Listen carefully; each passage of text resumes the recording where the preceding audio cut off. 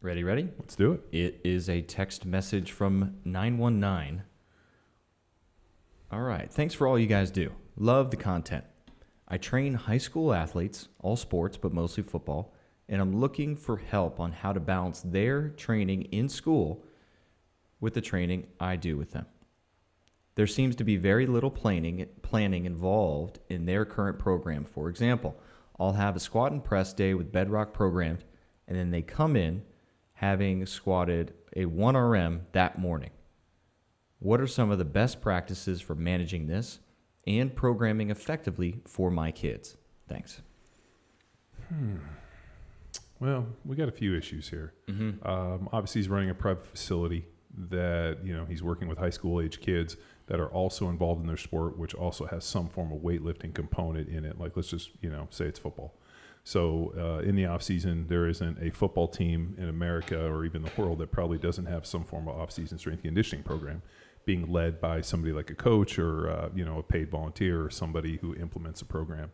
So he's in kind of an interesting space in that he is applying, probably what I think would be the most beneficial program that I've ever come across for that age group of individuals, Bedrock, which if you guys are curious, you can check it out at powerathletehq.com/bedrock. One of our training programs follows a basic linear progression. We've used this program tried and true in the amateur progression for CrossFit football for almost 10 years. And the amount of stories and really just things that I've connected with, we taught close to 300 seminars around the globe, and the amount of stories that we got from people that followed that basic linear progression on CrossFit football and then came to the seminar to discuss what happened. I kick myself for not having a camera to set up all these testimonials.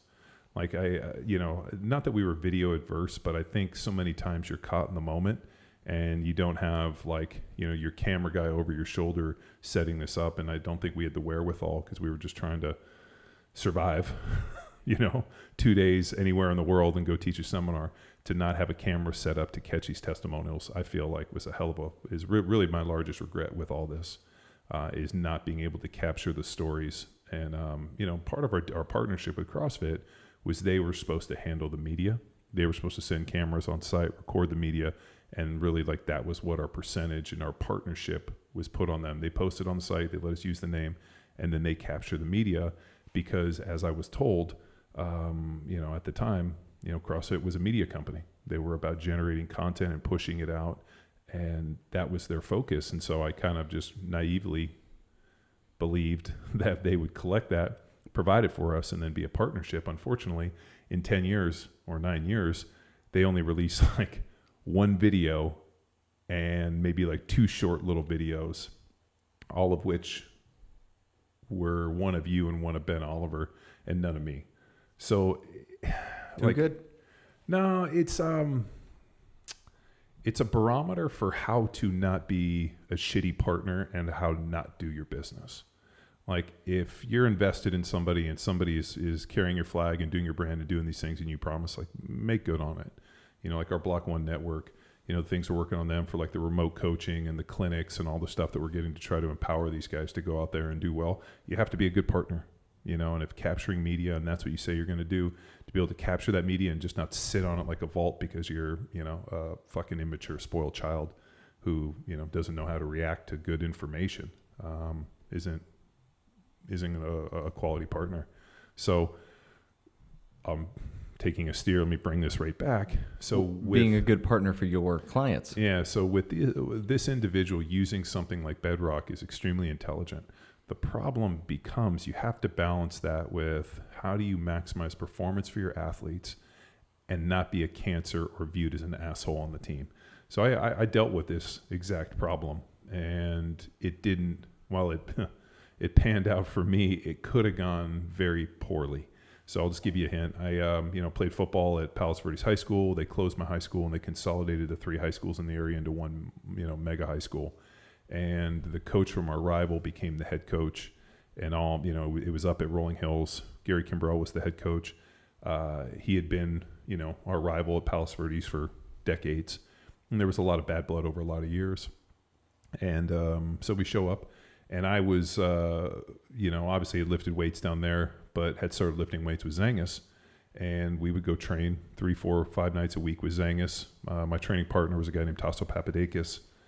And Tasso and I would go lift weights, and we just training at the high school with what they were doing was so far removed from what we were doing that, we just kind of showed up, kind of wasted our time, not wasted, but just kind of pretend like we were doing stuff. And then we cut and we went and did our real training. And you can get away with that for a little bit. But, we had a strength coach, guy named Jim Rundell, and, Gary and Jim have since passed away.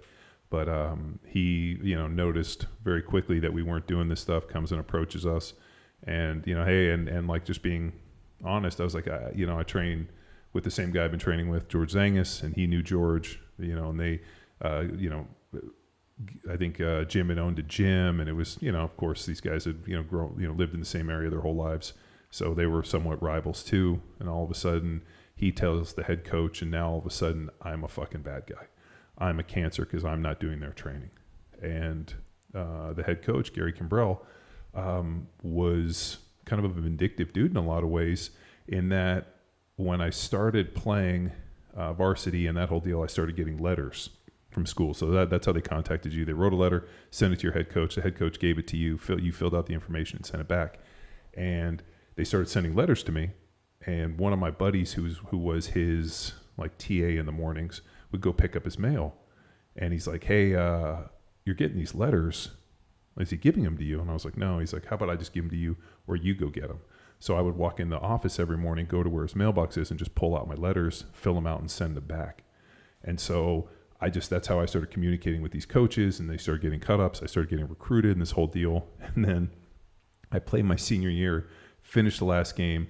After the last game, we come in, film study the deal. He comes over and hands me a bunch of letters and goes, hey, I've been holding on to these. I didn't want you to get distracted. And they were 3 years old. Oh. And at this point, I'd already got scholarship offers. Signing day is come and gone. Yeah. I mean, dude, signing day was 2 months away. I was already scheduled to take my trips. I had already taken pre-trips. I'd gone out to Colorado. I'd gone out and seen other schools. So it was kind of ironic. And I remember thinking thanks. And Well, that is a danger for this gentleman's athletes. So what I'm saying is you have to balance by doing a very effective training system that is going to be met with some kind of resistance because it's not, their system. But yet you don't want to get viewed as a cancer, and you don't want to get into a situation where now all of a sudden people are doing things vindictive against you. The age old, I didn't play because my coach didn't like me. Well, my coach legitimately didn't like me, but he couldn't keep me off the field because I was one of the best players. So it was kind of a catch-22, but he found other ways to try to screw me. But I'm a little more resourceful than that, and I'm not going to allow that to fucking derail me. So with this, what I would recommend is kind of acquiescing a little bit as the private coach and being like, here's the deal. I don't want this training to negatively affect your future as an athlete, because sometimes high school coaches and sometimes people can be vindictive and, cut off their nose to spite their face. Or let's say a guy's okay, but not kind of borderline. They might give the tap just because so-and-so had done the training and showed himself to be a team guy. Mm-hmm. So there has to be a balance. Do I have the perfect solution for you? No. Probably it's going to be a little bit of both. So you're probably going to have to tell those kids, hey, you need to go in and do your coach's program and absolutely kill it. And then you're going to have to come here, and we're going to have to probably reduce the volume a little bit at certain points in the year to try to, go with some recovery stuff. Or, if these kids have the wherewithal and they have the, enough lead in their pencil, man, they might just have to do double days and suffer through it, which is what we did. So I've been on both sides of this. One as a high school strength and conditioning coach, and then kids going to private. And now, how did you deal with that? Well, I'm getting into, and now a sport coach, but pulling kids in to train through the garage and offering that up to them. Both times, I aim to get the kids. I need the program that coach wants, so I need to pull in and do what they're doing because I'm more resourceful than I happen to know the private strength and conditioning coach that my high school kids were going to. It was a baseball guy, And then for now, I don't know the coaches yet, but that is my goal, certainly, to get to know the high school coaches in my community, to find out what the hell they're doing, and develop a relationship with them. But now I ask the kids, like, hey, what'd you do today? Bring in the program. Because one practice this season with lacrosse, the kids were just not there. It was a horrible warm-up, and then beginning with the skill work, not good. Just call a timeout on the whole practice plan of the day and ask them what the hell is going on. It was a 1RM day. Oh. So squats, deadlifts, power cleans, all in one day. And I'm not mad at the kids. No, but like, I mean, we've put out like right. I realize a lot of these guys are really just kind of going off of like, I don't even know what the fuck they're thinking. I mean, there is a certain level of training and adaptation and experience and just time under the barbell that is required to effectively list a 1RM. The problem is when you bring in and you ask kids who are not adept at lifting weights, that have not the mileage under the bar, to lift a 1RM, it's not anywhere near like accurate. It's so far off base that it just becomes a waste. And then what they're doing is they're trying to build a percentage-based program. And most likely, we don't know. Well, like, think about, like, I mean, there's only one reason to test 1RMs, so you can figure out what a percentage-based program is. What we've shown over the last 20 plus years is that percentage-based programs for beginners are a complete waste of time. That's why we test, or we use 5 RMs. We use 5 rep maxes for these kids, basic linear progression. And we've seen that the kids that follow this basic linear progression, like we've seen on Bedrock, make leaps and bounds better progress than they do, going off a percentage-based program. Because at the percentage, it has to start from somewhere. When you take 80% of something, you have to have a number. Mm-hmm. And it's not like these coaches are jiggy enough to be like, all right, well, let's base these percentages off of 5 RMs or 10, or 7s or 4s or something else. It's just, and it's not lazy. It's just the fact that sport coaches look at like strength conditioning and performance as kind of an add-on. Well, I am a sport coach. Oh, they got to lift some weights. Okay, great. I'm just going to go, instead of like sitting down and being like, all right, let me consult actually people that do this. I'm just going to borrow something and I'm going to just implement something on that, somebody else puts out, instead of sitting down and reaching out to people and being like, hey man, like, how does this physiology work? So much so that we've had coaches follow our program with incredible results and then not tell their competitors what they were doing because they don't want them to get an advantage. Yeah.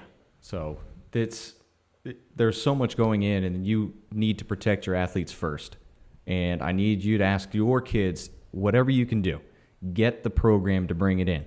If it is not a printout or it's not available online, then whatever whiteboard day they got, freaking take a picture of it and see if you can pick up on the strength program patterns. If it says percentages, okay, well, you need to aim to now protect it. Second question I have for you, what are you telling your parents? Are you promoting, hey, we're going to increase athleticism, power, strength, speed, or are you pitching injury prevention? You need to stick to what you're saying. So if it is strength, we need to find different ways, and this is where their program comes into play. I can almost bet that the coaches are not doing frontal plane or a lot of trunk work and dead bugs and different patterning drills. So we can improve. By improving coordination, we're improving strength and almost doing the best job you can working around shitty strength training, and you're going to get zero praise. All the sport coaches or whomever is applying the program are going to think it's their program, but at the same time, your athletes will find success on the field. And you'll know, sir. So find out as much as you can about the program they are doing. Whatever you are telling the parents, stick to it and do your damnedest to accomplish said goal. If it is injury prevention, and that becomes now injury prevention in the weight room for their high school training, not just the field for there. And man, talk to the parents, and I would suggest this fall you start going to the games. And if you can, aim to develop a relationship with this coaching staff and then say, hey, I'm Johnny's strength and conditioning coach. How's his footwork? How's his speed? And then they'll start to say, hey, you know what, 1 year or, 6 months down the line, Susie needs better footwork. This kid coached Johnny up, I'm going to send him there. So it can potentially lead to more. But the minute you start, you cannot and absolutely not speak negatively about the program that the kids are doing to the kids. Yeah, don't shit on kids or homies. I'm going back, I'm a loaded freight train, and I'm right on track. I'm